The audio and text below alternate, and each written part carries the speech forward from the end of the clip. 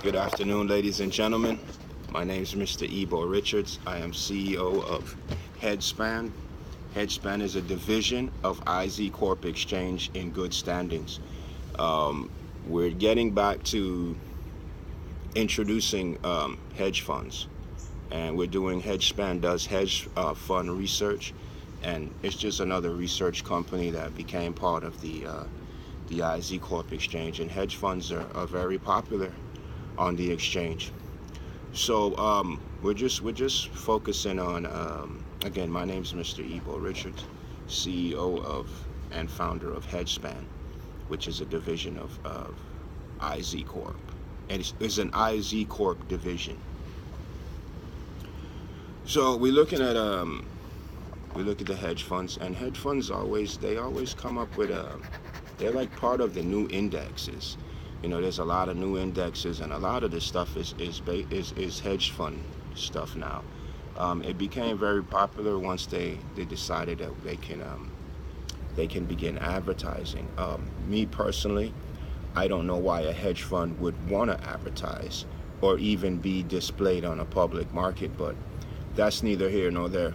People do what they have to do to make money. For others, it's a passion. For others, it's just an appetite for destruction, if you will.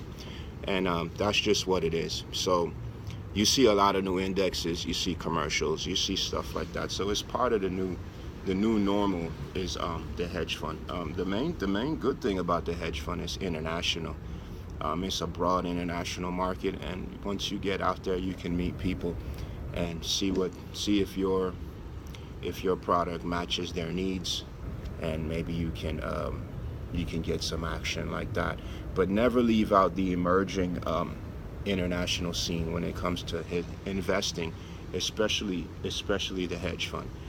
Internationals, they're just into it, and being that the U.S. is the best place to invest, having a U.S. Mainland hedge fund is really good for your business, because international people look to they have that risk. They like to take that risk. From what I've seen, they like that that aggressive, fast term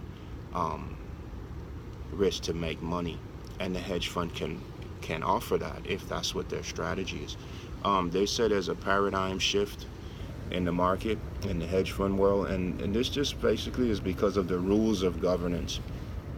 I remember in 2009 when I went to my first hedge fund conference. They were on their way up to DC to lobby with the new administration that had come in 2008 to get the rules and the regulations unchanged, so the hedge funds can operate the way it was. Because when the crisis came, many in government, or many in the industry actually pretty much attacked the hedge funds, for if it wasn't the high speed frequency trading, it was always the hedge fund's fault why the market collapsed. So there's been a shift and a better understanding as far as the rules of governance and legal restrictions, and emerging markets became a big part of that, because understanding what the emerging market has to offer made it easy to make a case of the way hedge funds are regulated. Another thing we noticed is the systemic risk that comes along with the hedge fund. You have to understand that. And the other this is part of the paradigm shift, which is going to be a white paper on really much a couple of bullet points that were researched and brought to my attention from Engage Research.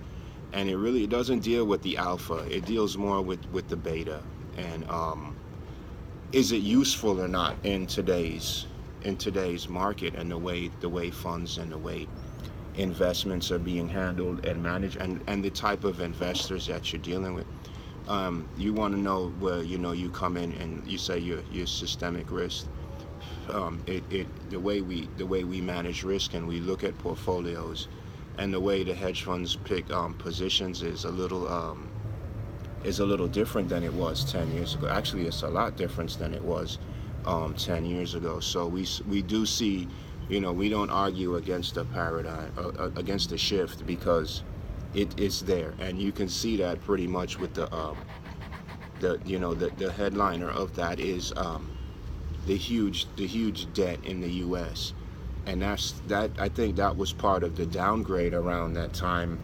So the first thing we look at when we see the market shifts, and the way well, I can't speak for all hedge funds, because there's a lot of hedge funds that are small, which is like a $30 million hedge fund. There's still hedge funds that haven't got out the surf yet, that are still in a capital raising mode, and there's supersized hedge funds that are 300 million and better, and there's even more than that. I mean, and it's just growing. The industry is just growing and growing and growing. So our average hedge funds are growing, and there's still some that are doing not little or no numbers, but they have a certain way of managing that we ally here, that manages the risk, and they may have a few $1 million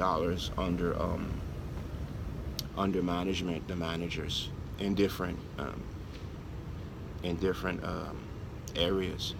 And that doesn't say that it's not a, quote, legit hedge fund up there with the big $50-100 million hedge funds, but that's not what the focus is all the time. The focus is to make the client money. And to build your track record, because the legal restrictions allow hedge funds for people to understand what a hedge fund is, because again, you can advertise now, and then you have to really know the benefit of the of long short funds. The funds that can actually outdo many ETFs or indexes, or even mutual funds and whatever vehicles, because it can get so aggressive that it can short the market and then come back and hedge it long. You see, as like a mutual fund, what they do is they're long the market and then they hedge it short. And now, you have your benefits, like you say, your derivatives or your options, and they can hedge long, and when it pulls back, they can short it, or they can, if that's what they're trained to do, or if that's what their skill actually is. But the long short benefit, from what I understand, being a fund manager and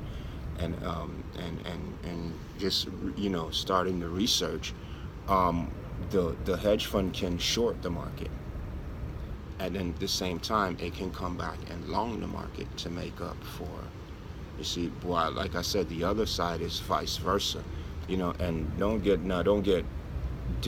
take it out to be taken out of context, because the market is designed to go long.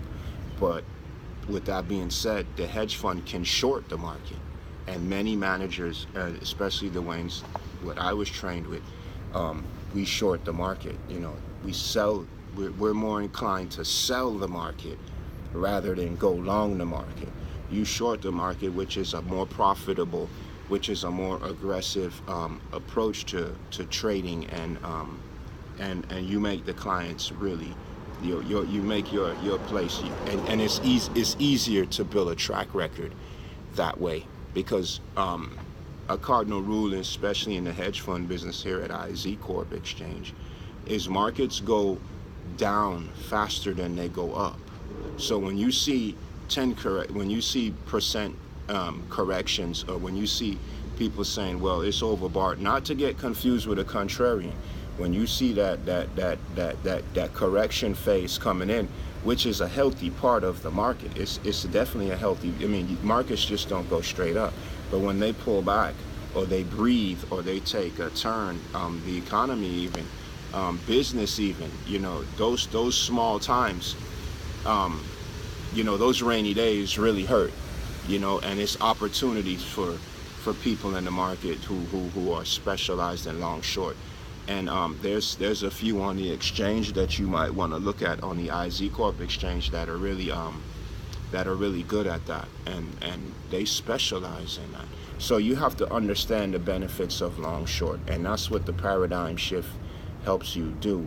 So like you said, you'll see a white paper put out by Hejspan. The other thing is the R square model, That's the basics. That's an ABC D of fun asset things, and that would be a good thing for you to research, and then get back with your thoughts and opinions of that, even if it's feasible today. Things that worked 20 years ago, many people don't even look at it today. We saw an example of that with what I'm a big part in. One of my babies is the Wide World of Trade report. You have the every day, every week around the world, every day economic data comes out, but a lot of that data that's being brought out today that supposedly has weight in the market or can influence things or just is even there, a lot of it is a moot point. Some of it is even inappropriate. And I've gotten responses from businesses on the exchange, and not just on the exchange, and the business association that's part of the exchanges. Those are just businesses in the area, and there's few people that third-party administrators and people who do investments. A lot of people are doing investments today. You'll be surprised, and they're just not. They can't even take it with a grain of salt. It's just like a lot of it's offensive. So that's why we brought up this topic with Hejspan, this paradigm shift, because the way especially the U.S. economy, the way it's looked at today, it's a reflection of where we'll be tomorrow. It's like it's like a deja vu, if you will. Like, okay, this is where we're gonna look like tomorrow, but it's like you'll see the same things again, but you won't see the exact same thing happen. You'll see certain things magnified. Not much is going to change, but the way data and research has changed. This R square thing, you want to see if it, the beta, you want to make sure that your beta is moving with your, with this model. Does your portfolio move with the market? And does your portfolio deviate from the index? These are things that you should be aware of, and the way some of these models are used, and the way the hedge fund managers can manipulate and control strategies, and also if the beta is useful or not. Again, my name is Mr. Ebo Richards, CEO, founder of Hejspan. Hejspan is a division of IZ Corp Exchange in good standings. Thank you, and have a great day.